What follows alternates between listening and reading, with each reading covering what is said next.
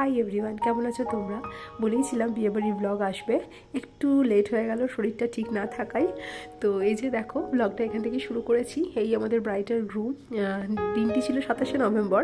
আমার এক আত্মীয় রিসেপশন আমি এখানে অ্যাটেন্ড করছি, কিন্তু আসলে আমার এক বন্ধুর বিয়ে ছিল সেদিন, মানে আমার বরের বন্ধুর বিয়ে। তো আমাকে সেখানেও বরযাত্রী যেতে হবে। এখানে দেখো মায়ের সঙ্গে টুকটাক স্টার্টারটা একটু শেয়ার করে নিলাম, আর তারপরেই চলে এসেছি এখানে আমরা ডিনার সারতে, কারণ কি আমাকে আবার বরযাত্রীও যেতে হবে তাই। আর এদিকে মামাম কারুর কোলে যাচ্ছিল না, তাই বাধ্য হয়ে ওকে নিয়েই আমি আর কি ডিনার করতে বসেছি।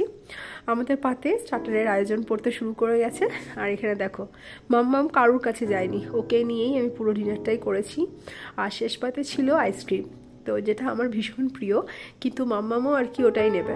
তো যাই হোক, ওর সঙ্গে একটু খেলাধুলা করে খাওয়া দাওয়া কমপ্লিট করে আমরা সবাই মিলে চলে এসেছি নিচে দেখা করে, কারণ তাড়াতাড়ি বেরিয়ে গেছি। এই যে আমার নাচ শুরু হয়ে গেছে, বাড়ি ফিরেই আমি চলে এসেছি নিচে, কারণ বাড়ির ঠিক পাশেই ছিল বন্ধুর বিয়ের ভেন্যু। আর এই যে দেখতেই পাচ্ছ বরের গাড়ি এসে পৌঁছে গেছে।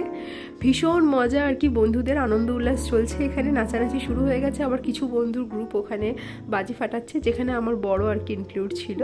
আর এখানে আমি মাম্মামকে এগুলোই দেখাচ্ছিলাম, দেখো ফটকা ফাটছে, আর ও ভীষণ আনন্দ পাচ্ছিল। আর সবাই মিলে ওকে নিয়েও বেশ নাচানাচি করছিল, আর ও তো বেশ মজাই ছিল। তো দেখতেই পাচ্ছ সামনেই ভেন্যু, একদম আমার বাড়ি থেকে দেখা যাচ্ছে।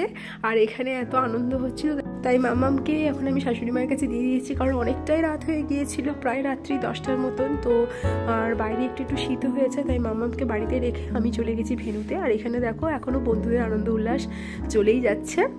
আর এদিকে শুরু হয়ে গেছে বরকে বরণ করা। তারপরে আমরা বরযাত্রী বলে কথা একটু আপ্যায়ন চলছিল, এখানে বর বাবা জীবনকে বসতে দেওয়া হয়েছে। তারপরেই আর কি একটু আধটু ওখানে গল্প টল্প করে আমরা সবাই মিলে চলে গেছিলাম এই যে কনেকে দেখতে। কনেকে ভীষণ মিষ্টি লাগছিল, খুব সুন্দর লাগছিল। কিন্তু এখানে দেখো বর এবং বরের বন্ধুরা মনে হয় একটু হাঁপিয়ে পড়েছে, তারা একটু রেস্ট করতে বসেছে। যাই হোক, ওখানেও কিছুক্ষণ মজা টজা করবার পর আবার চলে গেছিলাম নিচে। এখানে খাবারের বিভিন্ন ধরনের এলাহি আয়োজন ছিল, যেটা সত্যি খুব ভালো ছিল, আমরা সবাই খুব এনজয় করেছি। তারপরে এই যে তোমাদের সকলের জন্য বর আর কনের কিছু ক্লিপিংস, ওদের দুজনকে নতুন জীবনের অনেক অনেক শুভকামনা দিয়ে আজকের ভিডিওটা এখানেই শেষ করলাম। চলো টাটা।